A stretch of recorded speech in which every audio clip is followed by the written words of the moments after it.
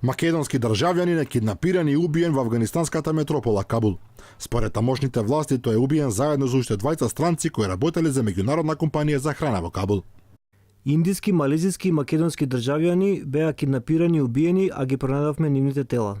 Портпаролот дополни дека тројцата работеле во втората по големина компанија за храна и кетеринг во светот Содеско, од каде за сега нема коментар за настанот. Афганистански представник соопшти дека покрај телата на убиените биле пронајдени нивните лични карти. Според светските медиуми, работниците биле киднапирани рано утрото од областа ПД-9 во Кабул, а нивните тела биле пронајдени малку подоцна во квартот Мосај. Од македонското МНР за Алфа изјавија дека знаа за трагичниот настан, дека со оглед на специфичноста на Афганистан ќе треба дополнително време за од тамошните власти да се добијат поконкретни информации. Афганистан заедно со Ирак, иако место од висок ризик, се честа дестинација за македонските печалбари кои во овие земји главно работат во компании кои се ангажирани од американската армија. Во 2006 година четворица македонски државјани беа убиени во афганистанската област Кандахар. 2 години пред овој случај во Ирак беа екзекутирани тројца комановци.